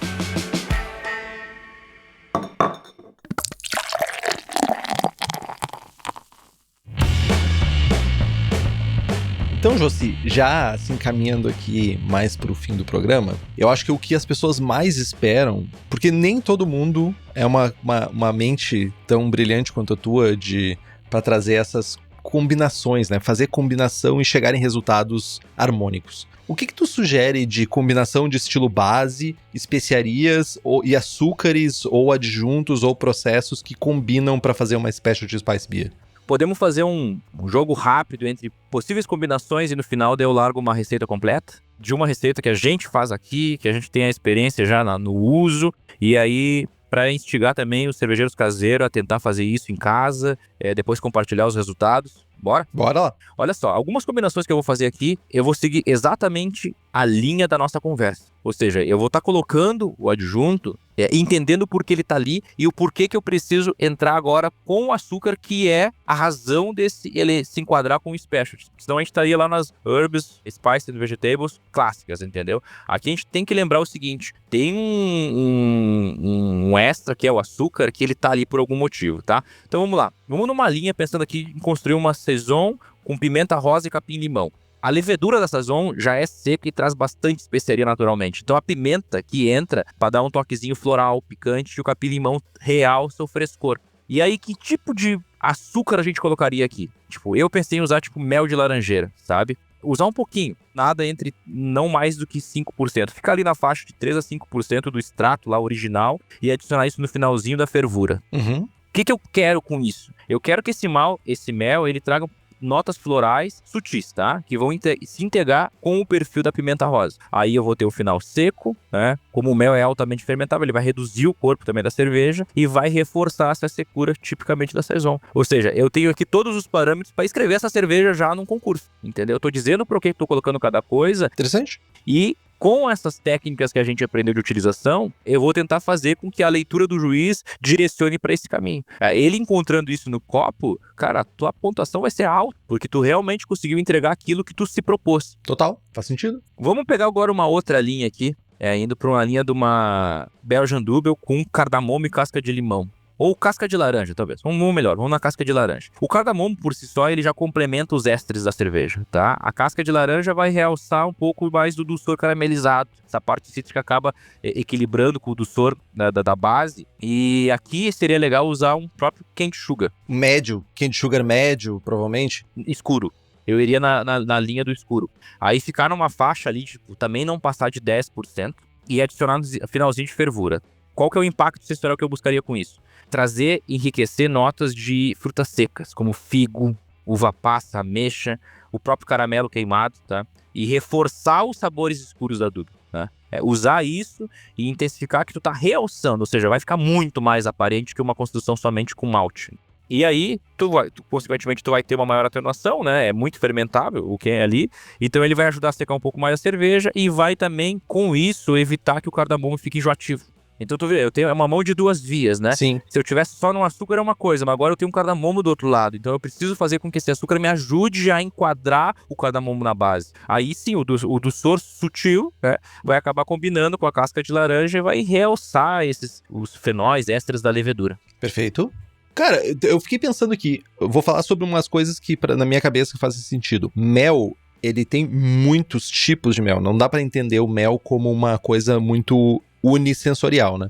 A gente tem de espécies diferentes de primeiro, né? É importante isso. A gente tem algum tipo de mel que ele é mais concentrado, ele tem mel mais intenso, mel mais sutil, mel mais... que vai contribuir com mais açúcar, com menos açúcar, que no final das contas vai aparecer mais, vai aparecer menos, depende da florada, depende da época do ano. Isso é uma boa adição para uma Specialty Spice Beer. Eu penso também em combinação com madeiras, né? Madeiras também são combinações bem interessantes para combinar o tanino de madeira, vanilina, coco, com algumas especiarias que fazem sentido pra mim também. Na minha cabeça fazem sentido.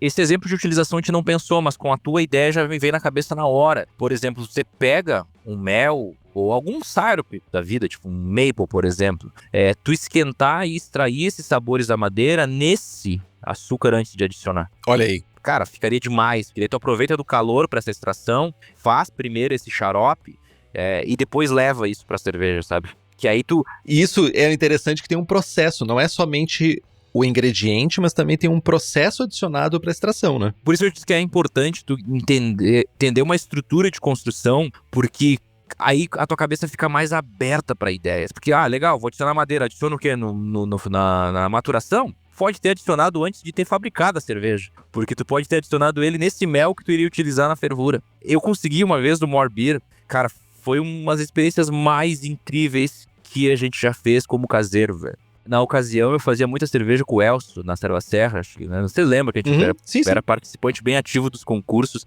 e a gente fez uma Imperial Stout com adição de maple e bacon. Eu me lembro dessa serva. E esse maple, ele foi comprado da More Beer, nos Estados Unidos, né?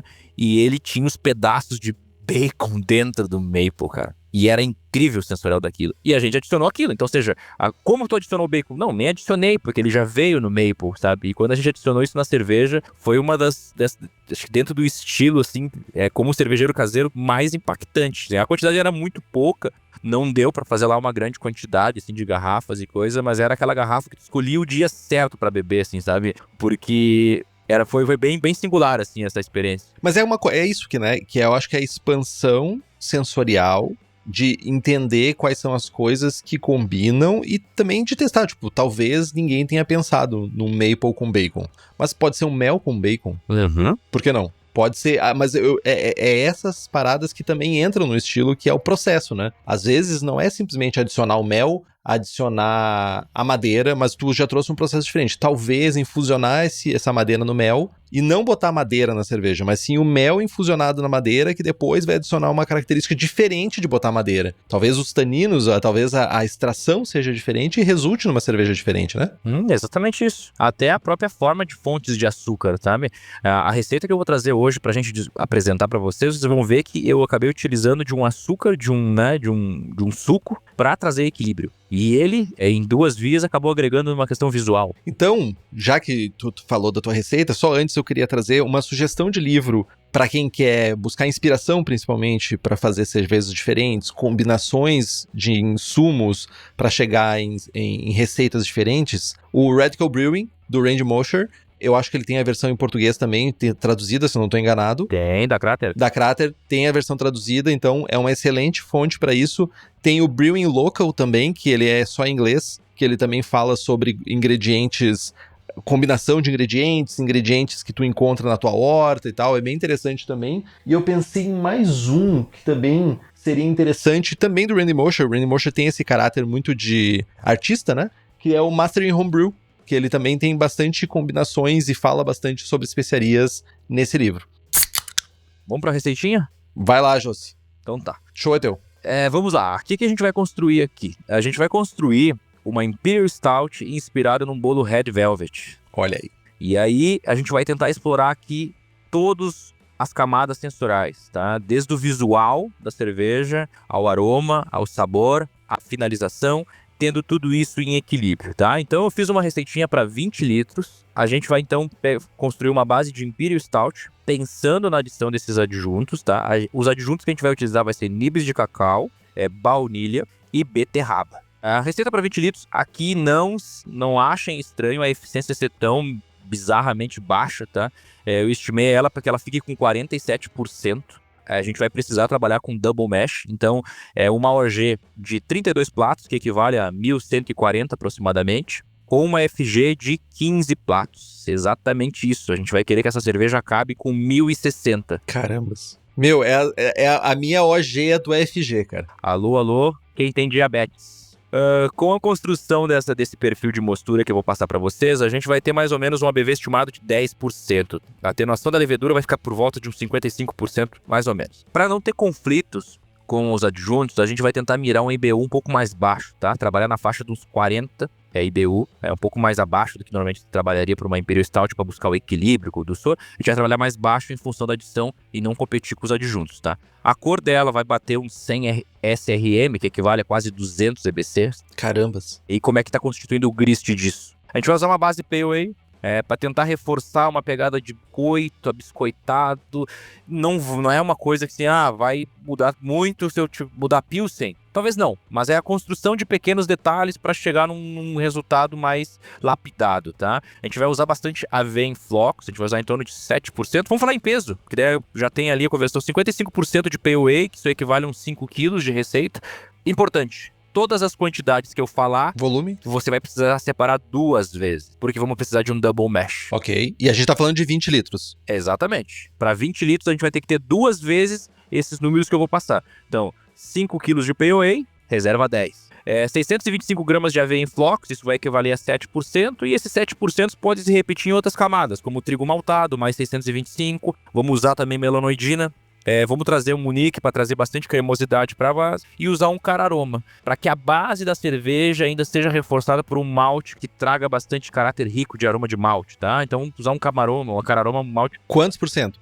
7% também. Tudo 7%. Tá? Seguimos tudo nessa linha de 7%. Aveia em flocos, trigo maltado, melanoidina, Munique 1, cararoma. E vamos trabalhar na faixa de 10% dos maltes torrados. Eu não passaria disso para que isso não conflite com a adição dos adjuntos. Se fosse trabalhar numa base clássica de Imperial Stout, poderíamos trabalhar mais. Mas vamos reduzir um pouco isso para que os maltes tostados não conflitam com a adição dos adjuntos. Uma outra dica para setup, essa talvez seja a chave de ouro, é vocês reservarem ou conseguirem em torno de 2% dessa quantidade de maltes, que isso equivale a uns 200 gramas de casca de arroz, tá? Lava bastante ela com água quente, né? Tenta tirar bastante aquele cheiro, aquele coisa, porque vocês vão se incomodar. Né? Se preparem, vão se incomodar. Na verdade, essa receita que eu passo não tem lavagem, tá? Ela não vai ter lavagem, a gente vai mosturar por 60 minutos a 71 graus. Vamos tentar deixar o máximo de dextrinas nisso, vamos tentar fazer um mosto com corpo alto, tenta mirar um pH mais alto, na faixa dos 5,5, para que ela finalizada não fique com pH tão baixo, para não ter tanta acidez em função dos maltes torrados. E aí finaliza num mash out de 78 ou até 80 graus, tá? Não tenha medo de subir um pouco mais, porque vai diminuir a viscosidade e aumentar a filtrabilidade, que vai ser uma bosta. De qualquer vai forma. Ser uma desgraça. Então, assim, uma das sacadas é tu tentar fazer um mash out um pouco mais alto, só pra achar que tá se incomodando menos, mas vai se incomodar igual. Tá? É tipo passar um pudim numa peneira, né? É mais ou menos, mas funciona. Funciona. Aí, então o que acontece? Aí você vai drenar, vai fazer essa mostura, se for no biabe, que seria lindo, porque daí tu só levanta o cesto, não tem lavagem mesmo, decantou o primeiro mosto. Eu estimo que a gente consiga tirar aí os primeiros 15 litros da nossa receita. Esses 15 litros vão mirar mais ou menos 1.100, equivale a uns 24 pratos. E vamos fazer tudo de novo. Mostura de novo, tira mais 15 litros e tenha juntado em torno de 30 litros ao total, tá? Então, fiz 2 mosturas e vou ter uma pré-fervura de 30 litros com uma densidade já em 1100. Ok. O que a gente vai fazer a partir de agora? Ferver. E muita fervura. O nosso objetivo é sair desses 1100 e chegar em 32 platos, que equivale a 1140, que eu tinha passado lá no início da receita. O que eu vou fazer de início? Eu vou entender o meu setup. Eu vou começar a ferver isso e vou tirar uma amostragem ali com 30 minutos. Com 30 minutos eu já vou ter uma estimativa. Ó, a minha densidade está subindo tanto a cada meia hora. Então eu já vou ter uma estimativa de quantas horas eu vou precisar. E quando tiver faltando 1 hora para o final dessa fervura estimada, eu vou medir mais uma vez para ver se está consolidando aquela taxa de crescimento da densidade. E aí, então, eu vou fazer uma lupulagem para 40 IBUs. Vai ser a única lupulagem que iremos fazer. É uma lupulagem pode ser de Magnum, tá? Pode usar um Magnum, um amargor limpo ali, para ferver 60 minutos para a gente atingir esses 40 IBUs. Terminando essa fervura, resfriamos isso para 18 graus. Vamos inocular nossa levedura neutra, pode ser um S05, faz um pitch de no mínimo gigante, 1,5 bilhões por ml por grau plato. Se tiver condições de aumentar para 2, faça. E se tiver condições ainda de produzir uma cerveja mais leve na semana anterior, sei lá, faz uma cerveja levezinha com S05 e trabalha com a lama, tá? Trabalha com essa levedura em lama, com certeza a performance vai ser melhor da fermentação, tá? Mas, assim, ó, eu tenho aqui experiências boas usando fermento seco, com um pitch muito mais alto, obviamente, mas usando levedura seca também em primária. Não é o ideal, eu prefiro sempre que seja a lama, tá? Lama gritando, né? Esperneando de vontade de fermentar ainda por cima, né? E aí, o que a gente vai cuidar? A gente vai iniciar nesses 18 graus, já sabendo que a gente quer terminar isso lá por volta dos 15 platos, né? Que eu falei, que é 1060. Mas quando chegar em 70% dessa atenuação, a gente vai soltar essa temperatura para 24. Se vai chegar a 24, vai depender também da condição da temperatura ambiente, mas enfim, a gente precisa liberar essa temperatura para que a levedura consiga terminar essa fermentação, tá? Já teve experiências que eu tentei deixar mais neutra, deixando em temperaturas uniformes e no final ela apanha. Então, fazendo essa rampa, eu consegui uma performance muito boa e principalmente consistente entre lotes, né? Sempre ficava muito parecido, sempre terminando com a mesma atenuação. E aí, então, uma semana depois de atingir, quer dizer, após atingir essa FG, deixa rolar mais pelo menos uma semana, 10 dias ainda quente, tá? Vai dar uma arredondada disso aí. E aí depois tu joga frio. O objetivo desse frio é até que você consiga deixar essa cerveja limpa. Que tu consiga coletar uma amostra, ela esteja limpa. Perfeito. Com essa construção de receita que eu fiz, ela é para ser uma cerveja consumida jovem. Não é Imperial Stout para ficar 3, 4 meses maturando, sabe? É para te tirar ela em um mês. Ok. Mesmo com álcool alto, ela foi pensada numa estrutura de maltes, de açúcares residuais, para conseguir controlar esse aquecimento alcoólico que não fique tão agressivo antes da adição das especiarias. Tendo essa cerveja limpa, a base produzida, a gente vai então para a adição dos nossos adjuntos, nossas especiarias. O que eu sugiro de nibs de cacau, tá? Faz uma pré-sanitização com eles. O nibs de cacau é um troço que carrega com ele algumas contaminações. Para quem não conhece, o nibs de cacau vem da amêndoa que a gente encontra dentro do fruto cacau. Essa amêndoa, ela é fermentada. Então, cara, ali tem bactérias, tem leveduras, vão fermentar essa amêndoa. Ela fermenta pelas fazendas que eu já acompanhei de cacau na faixa ali dos seus 40 graus médios, tá? Então, cara, você trabalha com lactobacilo ali, com o que tiver o negócio, trabalha mesmo. Lactobacilo bombando, temperatura perfeita pra ele. Bombando. E aí essa amêndoa é vendida. Ela assim, ó, ela foi lá, daí ela vai ser seca depois, né? Ela vai ser seca ali nos terreiros e ela vai ser fornecida como amêndoas de cacau pra chegar lá nos chocolate makers, pra torrar e transpor. O que é o nibs de cacau? Uma amêndoa que foi fermentada e que você torrou, triturou ela, quebrou, transformou em pequenos pedaços e expeliu a casca dessa amêndoa. Tem um nibs de cacau. A gente aqui, inclusive, faz todo esse processo. A gente consegue pegar da amêndoa fermentada, dar o caráter de torra para a amêndoa, com o perfil sensorial que a gente busca para essa amêndoa. Se a gente quer ela mais frutada, se a gente quer ela mais levada para o chocolate ao leite, enfim, a gente consegue modular aqui a torra do nosso nibs de cacau. E aí, então, a temperatura de torra não é muito alta. Para você só fazer uma curiosidade, um café hoje a gente chega numa temperatura acima de 200 graus. O meu nibs de cacau hoje não passa de 130. É bem mais baixo. Não passa de 130 na superfície da amêndoa. Então corre o risco de no centro da amêndoa ser ainda... Corre não, mais baixo que isso. Então eu não tenho uma total garantia de esterilização, sanitização, porque o tempo também da torre é curto. Uhum. Então, faz ela uma infusãozinha de um meio alcoólico, só pra cobrir ela ali, vai ajudar, tá? 24 horas. 24 horas, deixa de um dia pro outro, sabe? Isso vai também intensificar a extração, vai ajudar na extração, porque o meio alcoólico vai, como se fosse dissolver ele e vai facilitar com que a cerveja extraia isso. Eu não tô falando de fazer extrato com nibs, tá? Sanitizar. Tô falando só de fazer afogar eles ali no meio alcoólico pra ajudar na extração, mas não é nem tanto ajudar na extração, funciona também sem o meio alcoólico, mas ele ajuda principalmente na sanitização. Perfeito. Feito isso, coloca isso num bag, leva pra um novo post-mix, um novo tanque, porque eu não quero mais aquela levedura que tá no tanque, então eu vou precisar transferir isso e vou usar em torno de 30 gramas por litro. Sim, é altamente recomendável, alto. Pode ser usado com menos? Não menos do que 20, tá? Não menos do que 20 gramas por litro, mas eu ficaria nessa faixa entre 20 e 30 gramas por litro, e aí vou deixar isso, vou jogar dentro do voal, ou daqueles Hop Spider dentro do meu post-mix, vou purgar com muita paciência todo esse oxigênio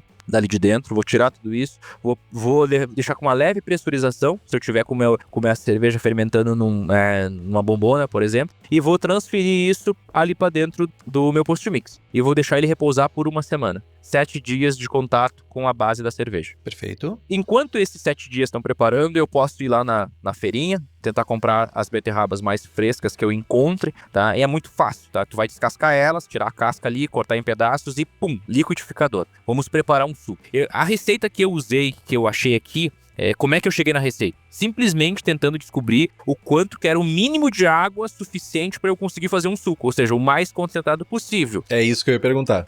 Então assim, vai depender... Tu não quer diluir a cerveja no final das contas? Eu não quero baixar o corpo dela, entendeu? E vocês viram que na base dela eu não usei lactose, não usei maltodextrina, não usei nada. Usei o quê? Uma atenuação de levedura mais baixa. Trabalhei para que tivesse uma atenuação mais baixa, jogando uma FG lá em cima mesmo, para ficar com o corpo já alto, para trazer essa sensação licorosa. Sem ainda falar, mas o estilo não precisa de açúcar. Já chegamos lá. O que acontece? A receitinha básica aqui pro suco de beterraba. Para cada 4 beterrabas, tamanho ali médio, normal, picadas, com 400 ml de água, me rendeu em torno de meio litro de suco. Então, assim, é só pra saber se eu vou lá e compro 1000 beterrabas ou compro 5 beterrabas, sabe? Entendi. Então, sim, pode ser que a beterraba seja menor, pode ser que o rendimento seja... Pode tudo ser. Mas eu vou bater isso no liquidificador e vou reservar esse suco. Quanto de suco eu faço? Aí você pode fazer uma regra básica pensando que vai ser necessário de 10 a 15%. Do teu volume final, tu precisa de 10 a 15%. Então, pra 20 litros, tu precisaria de... 2 litros. 2 litros. Só que você vai ter que saber pelo seu fermentador se você consegue tirar 20 litros limpos de cerveja, tá? Porque a receita de 20 litros tá colocando 20 litros dentro do fermentador. Uhum. Aí vai depender do teu tipo de fermentador, se tu consegue fazer uma pura, consegue deixar ela mais limpa, mas eu sempre sugiro que nesse tipo de cerveja seja transferido. Não a fazer adições junto com levedura em tanque, pode misturar, eu sugiro que faça separado, tá? Perfeito. Então, importante isso, é o quanto tu vai conseguir levar pro post-mix de cerveja limpa, você vai calcular então de 10 a 15% desse suco que você fez, o mais concentrado possível. Você vai dizer, Josemar, olha só, testei com menos água que funcionou. Melhor ainda. Por quê? Menos suco entra, tá? A grande questão é agora. A cerveja ficou uma semana com nibs, eu vou preparar esse suco no dia que eu vou blendar. Ok. Tá? No dia que eu vou blendar, porque cuidando daqueles cuidados oxidativos que a gente já conversou, e vou preparar para fazer um blend disso tudo. Posso pegar um segundo post-mix, para quê? Para não ter que abrir aquela cerveja que já estava toda cuidada com oxigênio lá dentro. E aí, ali dentro eu vou colocar o quê? O blend eu vou botar esse suco não fermentado, e aí que entra o meu açúcar extra. O meu açúcar é o açúcar natural do suco da beterraba, que vai contribuir para o quê? Para o equilíbrio da adição do nibs de cacau. O nibs de cacau, por essas características que eu dei do processo de fermentação e torra, ele normalmente traz acidez. E eu quero uma pegada de bolo de chocolate aqui. Eu quero chocolate ao leite. Eu não quero uma barra bean to bar. Uma barra bean to bar traz as características da amêndoa, que é a acidez, o frutado. Eu não quero, eu quero chocolate ao leite. Então eu preciso ter uma fonte de açúcar, entendeu? E aí então o açúcar que vai equilibrar essa acidez do nibs de cacau vai ser o açúcar natural do suco da beterraba. Que por consequência... Por que entre 10% e 15%? Porque eu quero que essa cor do suco de beterraba transforme a espuma da minha cerveja na cor vermelha. Ela vai trazer nuances de cor vermelha. E aí vai depender de quanto mais concentrado você for fazer, você vai adicionando até que essa espuma fique vermelha ao ponto em que não traga o caráter terroso. Esse caráter terroso do suco de beterraba, ele vai ser meio que omitido, ele não aparece, porque tu tá com uma base tão intensa, tu tá com uma adição de nibs de cacau tão cavalar, que não aparece. Agora, se tu for adicionar o suco de beterraba numa base mais leve, numa oatmeal stout, cara, vai ser difícil, ele vai arrastar com ele o caráter terroso, entendeu? Vai aparecer, vai ficar mais presente. Não tem tanta coisa pra blendar também, né? O que eu quero dele é a cor e o açúcar. O açúcar pra equilibrar a acidez ali, a extração do nibs de cacau, e quero a cor para transformar essa espuma numa cor vermelha. Que ao servir essa cerveja, eu vou carbonatar ela na faixa de 2,5 volumes. Eu acabo tendo que...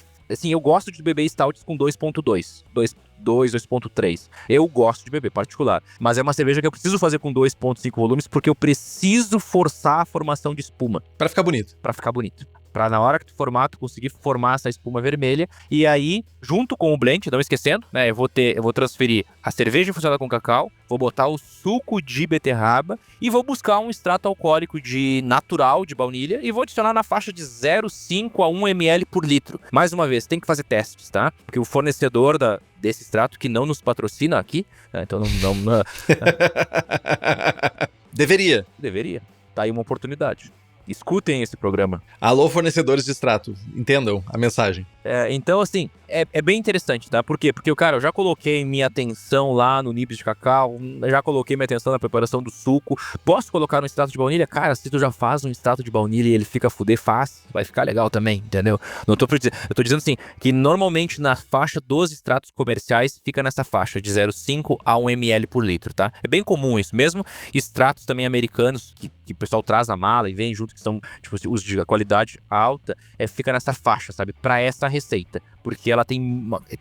alguns podem achar que tá muito alto, 1 ml por litro. Só que ela tem muitas camadas. E pra te conseguir ter a baunilha vai entrar com uma função de tentar trazer a sensação de chocolate ao leite. Uhum. Então eu tô com nibs de cacau, eu vou quebrar essa acidez com o açúcar da beterraba e vou adicionar a baunilha para trazer a sensação de chocolate ao leite. Então eu vou ter uma Red Velvet Choco Cake aí, né? Essa é a ideia da receita. E sabe o que é melhor, cara? Sabe quando eu acho que a gente chega no final do programa e a gente tem um resultado bom? Porque eu já fiquei pensando em coisas que daria pra fazer pra complementar essa receita. Tu poderia fazer adição, por exemplo, comprar fava de baunilha e botar no mel. Uhum. E botar nessa cerveja. Tu poderia fazer isso com maple syrup. Tu poderia fazer isso com várias outras coisas que adicionariam mais camadas. Eu já fiquei pensando nisso, sabe? Tipo, camadas, sabe? Exatamente. Realmente, só uma coisa que eu queria falar sobre a tua receita. Essa receita, ela tem que ficar frio, né? O tempo todo. Tempo frio. Por exemplo, agora pensando ela na escala comercial, ela é produzida sempre em pequena escala. Ela não tem uma linha de distribuição muito extensa ao ponto em que a gente não consiga monitorar aonde ela está, em que ponto de venda ela está. Um grande volume dela é vendido para consumidor final, ou seja, sai da fábrica com uma entrega em quase 100% dos casos, entrega via aérea ou em transportes que não levem mais de 24 horas para que essa cerveja chegue e esteja mantida refrigerada. Apesar dela ter açúcares não fermentáveis, as condições dentro do recipiente dela não são muito favoráveis para uma refermentação. Tu tá num meio alcoólico alto, tá? Bom, alguém já tentou fazer prime de barley wine aí, né? Exato, né? Tipo, não dá, né? Entendeu? Não rola. Muito estresse de levedura. É muito estresse para uma refermentação. Pode ocorrer... Olha, nós nunca tivemos, tá? Nessa cerveja não teve, mas já tivemos refermentações com adições de nibs de cacau. Olha que bizarro. Sem adição de açúcares não fermentáveis. Por quê? Porque em função da sanitização, provavelmente alguma coisa se desenvolveu ali e deve ter consumido os açúcares que a gente deixou para trás ali com aquela FG tão alta, né? Muito mais resistente do que a levedura, talvez, original. Exatamente. Josi, queria te agradecer muito por tu trazer todas essas informações. Tenho certeza que tu contribuiu enormemente para as pessoas construírem sua biblioteca para criarem essas receitas tão diferentes, né, no mundo da cerveja. Muito obrigado por tu ter dado esse tempo pra gente. Se tu quiser deixar um abraço para quem tu quiser, teus contatos aí, fica à vontade, o teu espaço. Cara, eu que agradeço pelo espaço, pela oportunidade de compartilhar o que a gente estuda, o que a gente faz aqui. O mercado cervejeiro só cresce se a gente compartilhar e multiplicar isso, né? Então é o prazer meu de estar aqui, principalmente por eu ser um amante aí do programa, né? Então, porra, quando recebe a oportunidade de você poder contribuir com isso, eu fico ainda mais feliz. E conte comigo para novos assuntos. Com certeza, se eu tiver aí capacidade de ajudar a galera que também tá fazendo em casa, ou até mesmo cervejeiros profissionais que têm dúvida com relação ao assunto, o nosso objetivo aqui é compartilhar. É nós, além de tudo, meu amigo, né, cara? Queria agradecer Antônio Henrique Guise, Alice Rafael Coneglian Silva, Bruno Ferraz Farias, Davi Gino de Souza Farias e José Forno. Nos siga no Instagram, estamos no Spotify, Apple Podcasts, YouTube Podcasts, Deezer, todas as plataformas. E se ela tiver a oportunidade de fazer um review, por favor, faça. É muito importante para nós. Compartilhe o episódio com seus amigos. Tem dúvida, sugestão de pauta, quer anunciar a sua empresa ou seu produto, e-mail para contato@braçagemforte.com.br ou mande uma mensagem para nós. É isso, Josi? É isso. Braçagem forte. Braçagem forte.